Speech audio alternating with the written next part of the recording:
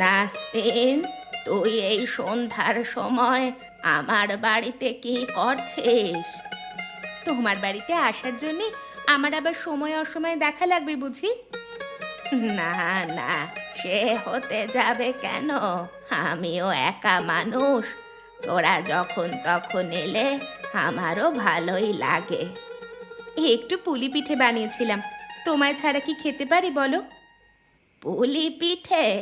কত বছর হয়ে গেল পুলি পিঠে খাই না। আমার কেন যেন মনে হচ্ছে তোমার মন খারাপ। মন খারাপ না, কিন্তু একটা কথা ঠিক কাকে যে বলবো বুঝতে পারছি না। সে কি, আমি তো আছি, আমায় বলো তুমি। ওই যে বাঁশ ঝাড় আছে না, কাল রাতে সে পথ দিয়ে হেঁটে আসছিলাম। কাল তো শনিবার ছিল, আলিমুদ্দিন সাহেব দাওয়াতে ডেকেছিলেন। বাঁশ ঝাড়? হ্যাঁ চিনেছি, তারপর? ওই বাঁশ ঝাড়ে আমি একটা সুন্দর কণ্ঠ শুনতে পাই, আমায় নাম ধরে ডাকছিল। হতে পারে সেখানে আরো কেউ ছিল, তোমায় চেনে, অন্ধকারে তুমি দেখতে পাওনি। না না, কোনো মানুষ দেখতে পাইনি আমি। আমার মনে হচ্ছে বাঁশ ঝাড়ের ওখানে কিছু একটা আছে, কোনো জিন বা প্রেতাত্মা। অমন মায়াবী কণ্ঠ। ধুর, ওসব কুসংস্কার, জিন ভূত এসব কিচ্ছু হয় না। কিন্তু তুই, ওসব বাজে কথা রেখে এই নাও পিঠে খাও, নাও তো।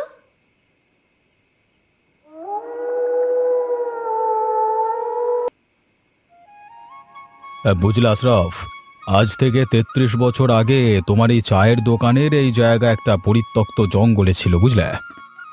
সে তো আমার ছোটবেলার কথা, ৮-৯ বছর বয়স ছিল হয়তো। এখানেই জঙ্গল ছিল, একটা পরিত্যক্ত খালও ছিল জঙ্গলে। ঠিক বলেছ। তখন এই জঙ্গলে মানুষের আনাগোনা বন্ধ ঘোষণা করা হয়েছিল। আমাকেও আমার বাবা প্রায়ই বলতেন যেন এখানে না আসি। আজকে দেখুন এখানেই চায়ের দোকান দিয়ে বসেছি। সেসব লোকেদের প্রতি সম্মান জানাই, যাদের আদেশে ওই জঙ্গলে আর এই খাল পরিষ্কার করে আজকে এত সুন্দর জায়গা তৈরি করা হয়েছে। আমি শুনেছি এই জঙ্গলে কোনো প্রেতাত্মার বসবাস ছিল, মানে পরে কোনো ভিনদেশি দরবেশকে আনা হয় তাড়ানোর জন্য। সে তো আমার যৌবনকালের ঘটনা, আমি উপস্থিত ছিলাম, সচক্ষে দেখেছি সেসব কার্যক্রম। কিন্তু আমার পুরোপুরি বিশ্বাস হয় না। যদি কোনো আত্মা থেকেও থাকে, একজন দরবেশের জাদুতে চলে যাবে, কোনো যুক্তি নেই।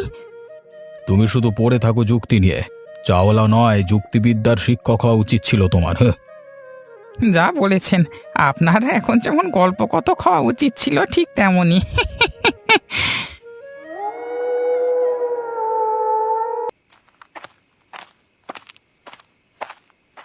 নাসির, শামসু, কোথায় যাচ্ছ তোমরা? এসো, আমি এখানে আছি, এসো এদিকে। হস, ভুলেও সারা দিস না শামসুদ্দিন, চল চল এখানে এগুলি চল।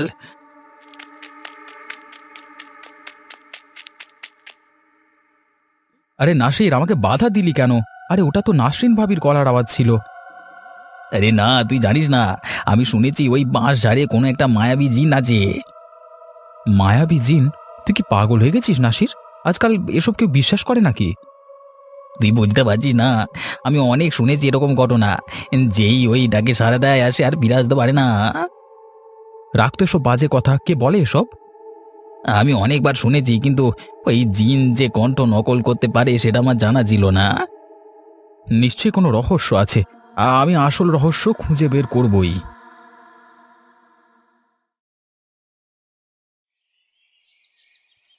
নাসির, কেমন আছিস বাবা? চাচি, কতদিন পর এলে, শরীর খারাপ করেছিল নাকি? শরীরের কথা আর কি বলবো বাবা, এই ভালো তো এই খারাপ। তা নাসরিন কোথায়? ও ঘরের ভেতরে আছে, যাও গিয়ে দেখা করো। আকাশে যা মেঘ এসেছে, একটু আশ্রমের দোকানে গিয়ে আমি চাটা খেয়ে আসি। বাবা, বাবা তোর সঙ্গে একটু কথা ছিল। নাসরিনকে বলেছিলাম, কিন্তু সে তো বিশ্বাসই করলো না। কি কথা চাচি, বলো তো? গত শনিবার আমি আলিমুদ্দিন সাহেবের বাড়ির দাওয়াতে যাচ্ছিলাম। বাঁশঝাড়ের ওই রাস্তায় একটা আওয়াজ শুনেছি। তুমিও জানো চাচি, কালকে রাতে আমি আর শামসুদ্দিন ওই জিনের আওয়াজ আমিও শুনেছি আর কি। আরো একটা ব্যাপার আছে। কি ব্যাপার বাবা? বলতো বলতো কি হয়েছে? ও এই জিন কণ্ঠ নকল করতে পারে। কালকে হুবহু নাসরিনের কণ্ঠ আমাদেরকে ডেকেছিল। ওই জিনের কথা আগে শুনতাম, কিন্তু এখন দেখছি কথা সত্যি। এই জিনের ঘটনা কি? কেন এই বাঁশঝাড়ের আবির্ভাব হয়েছে তুমি কিছু জানো চাচি? হ্যাঁ বাবা, যতদূর আমি শুনেছি ওই বাঁশঝাড়ে। উমা, চাচি তুমি এসেছো? বাইরে দাঁড়িয়ে আছো কেন? এসো, ভেতরে এসো। আমি একটু চাচির সঙ্গে কথা বলছি। তোমার ওসব কথা পরে হবে। চাচি, কুমড়ো ঝোল করেছি, আজ কিন্তু আমাদের সাথেই খেতে হবে। এসো এসো, চলো। একটা গল্প বলি, যেটা গল্প হলেও কিন্তু সত্যি। হ্যাঁ, আরে এই যে শামসুদ্দিন, এবার আমাদের আলিমুদ্দিন সাহেব আবার গল্প জুড়ে বসবেন যে, হ্যাঁ? আরে থামো থামো, বলতে দাও। কথা বলছি আজ থেকে 9 বছর আগের, যখন আমাদের ওই যে বাঁশঝাড়ের পরিত্যক্ত জায়গাটা, সেখানে বড় একটা পুকুর ছিল। লোকে ওই পুকুরে এক মিনিট, কালকে রাতে ওই বাঁশঝাড়ের পাশে একটা ঘটনা হয়। কি ঘটনা হয়েছে? আমি আর নাসির আসছিলাম বাঁশঝাড়ের পাশ দিয়ে, তখন একটা আওয়াজ পাই। আর ওই আওয়াজ তো পুরো নাসরিনের মানে নাসিরের স্ত্রীর মতো ছিল। এরপর এরপর কি হয়? এরপর আমি কিছু বলবার আগে নাসির আমাকে টেনে দূরে নিয়ে এসে বলে এটা নাকি জিনের আওয়াজ। নাসির ভুল কিছু বলেনি, সত্যি ওই বাঁশঝাড়ে জিন আছে। কত মানুষ 8-9 বছর আগে নিখোঁজ হলো ওই ডাকে সাড়া নিয়ে। আমি এসব বিশ্বাস করতে পারছি না। বাজে কথা বলো না। একটা বড় পুকুর হঠাৎ একটা পরিত্যক্ত বাঁশঝাড়ে পরিণত হলো কেন ভেবে দেখো। আমি যাব ওই বাঁশঝাড়ে আর প্রমাণ করে দেব সকলকে ওই জিনের ঘটনা সব মিথ্যে। এবারের মতো বেঁচে গেলে এরপর আর কখনো ওই বাঁশঝাড়ে যেও না।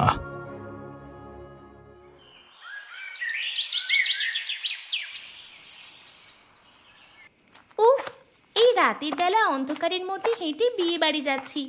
রাতের বেলা কেউ কখনো এত রাতে বিয়ের অনুষ্ঠান রাখে?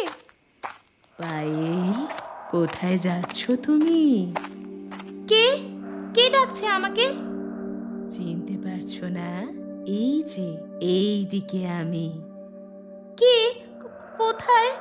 আমি তো তোমায় দেখতে পাচ্ছি না। এখানে এসো, এসো আমার কাছে। আমি আসছি। আমি তোমাকে দেখতে চাই। কোথায়? কোথায় তুমি? কি ছিল এটা? আর আর আমি কাউকে দেখতে পাচ্ছি না কেন? পায়েল, তোমার জীবন রেখা শেষ। এবার আমি যা বলি তাই করো। তুমি এই পুকুরে ঝাঁপ দিয়ে নিজের জীবনের সমাপ্তি টানো।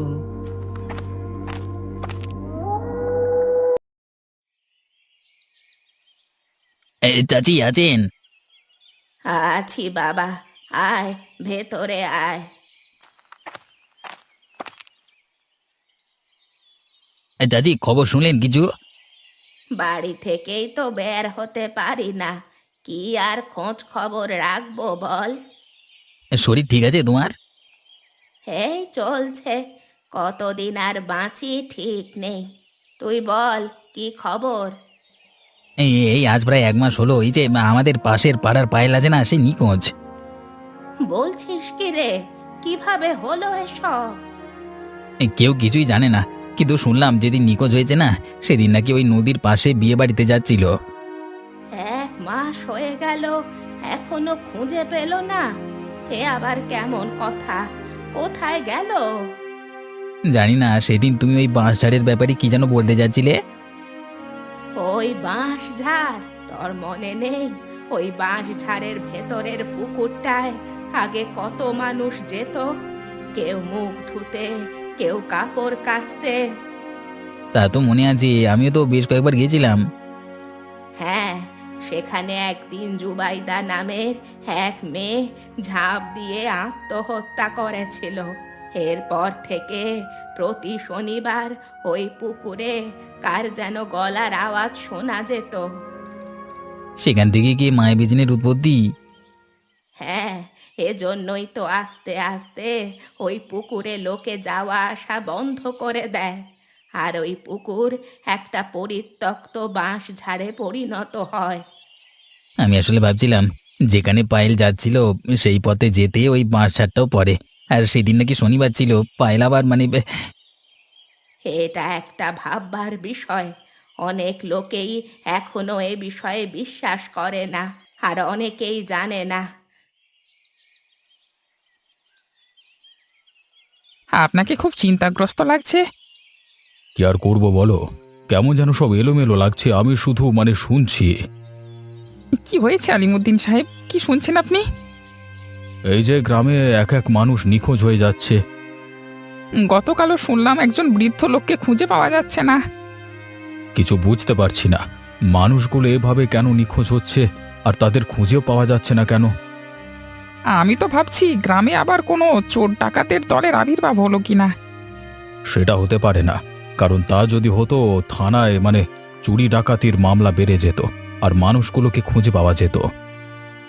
আপনার কথাটা যুক্তি আছে, তবে কোথায় যেতে পারে মানুষগুলো কিছুই তো বুঝতে পারছি না আমি। আবার কেন যেন এসবের পেছনে ওই বাঁশঝাড়ের সম্পর্ক আছে বলে মনে হচ্ছে। কিছু একটা করতে হবে।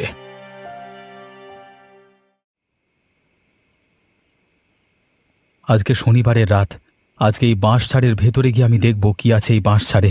সবাইকে প্রমাণ করে দেব তাদের ধারণা ভুল। শামসুদ্দিন, এসো, ভেতরে এসো। কে তুমি? দেখা দিচ্ছ না কেন? সামনে এসো। এই তো ভেতরেই আছি আমি, এসো, আর একটু এগিয়ে এসো। দেখা দাও, আমি তোমার চেহারা দেখতে চাই। এত তাড়া কিসের? আর একটু এগিয়ে পুরনো পুকুরের সামনে এসো।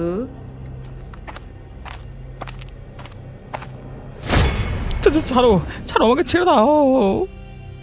তোমার জীবন রেখা ফুরিয়ে এসেছে শামসুদ্দিন, আর যে ফেরার সুযোগ নেই।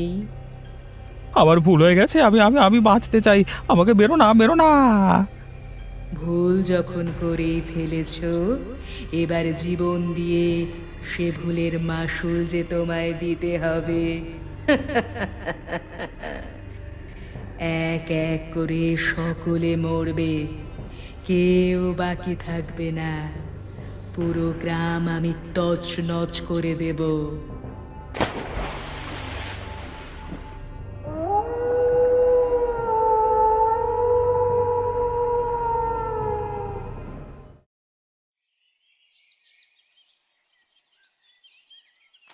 আলিমুদ্দিন সাহেব, আলিমুদ্দিন সাহেব, একটা বড় অঘটন ঘটে গেছে।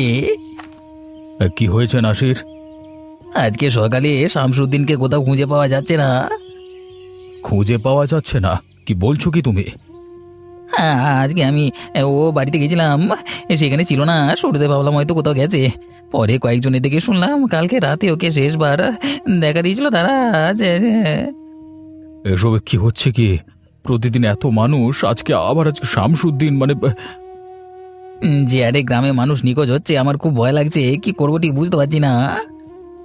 শোনো, আমার সঙ্গে একটু বাঁশঝাড়ের দিকে চলো তো। বাবা, বাঁশঝাড়? কিন্তু সেখানে তো যাওয়া বারণ।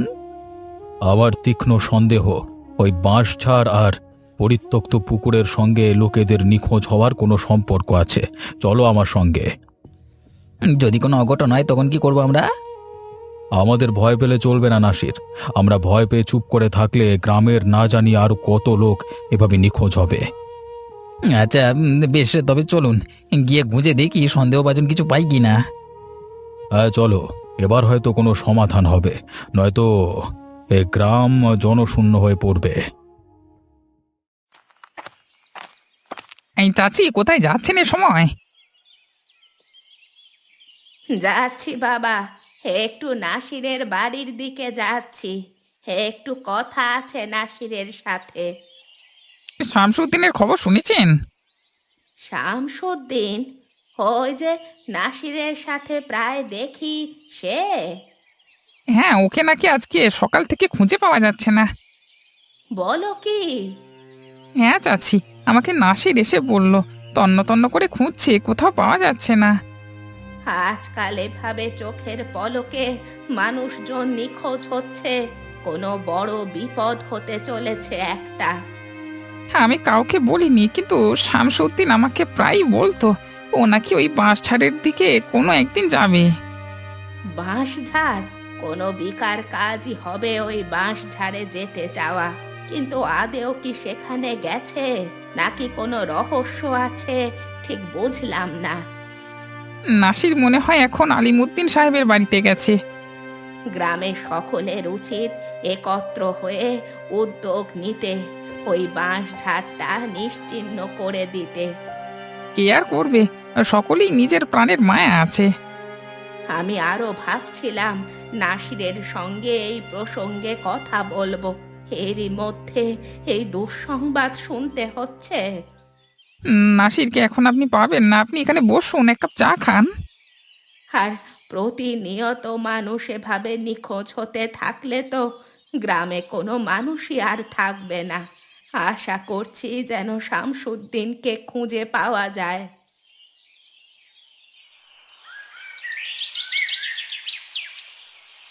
নাসির, এখন আলো আছে, থাকতে থাকতে চোখের আলোয় খুঁজতে শুরু করো, অন্ধকার হওয়ার আগে বেরিয়ে যেতে হবে। চলুন, এখানে তো তেমন কিছু পাচ্ছি না, পুকুরটার দিকে খুঁজে দেখি।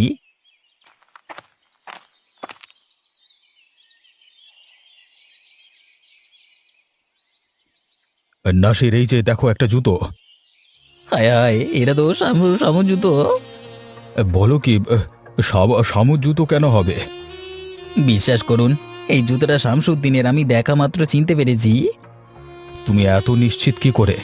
এমনও তো হতে পারে এই একই জুতো অন্য কারোর।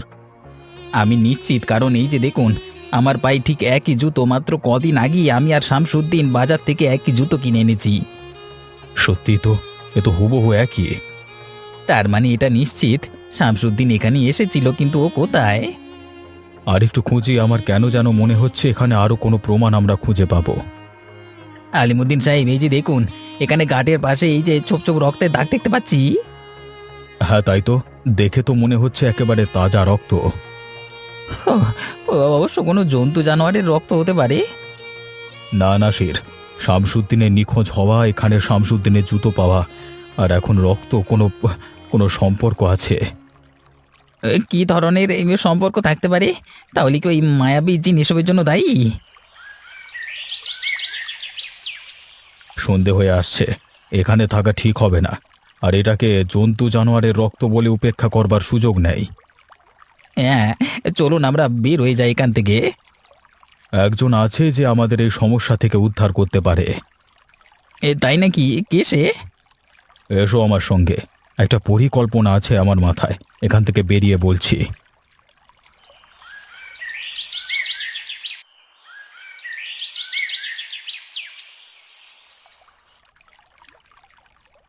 মোল্লা সাহেব, এই হলো সেই বাঁশঝাড় যেটার কথা আমি আপনাকে বলেছি।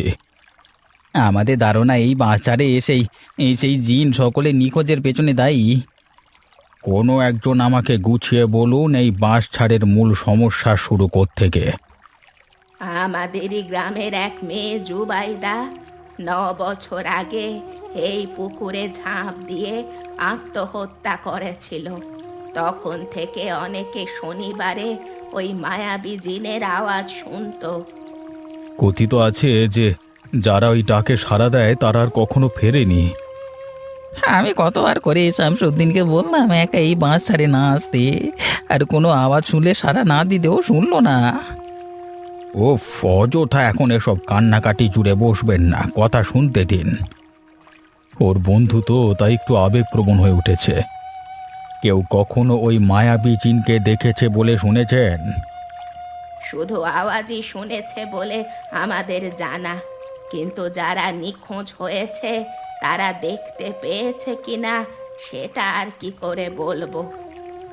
ঘটনা জটিল। যাই হোক, আপনারা একটু সরে দাঁড়ান, আমাকে আমার কাজ করতে দিন।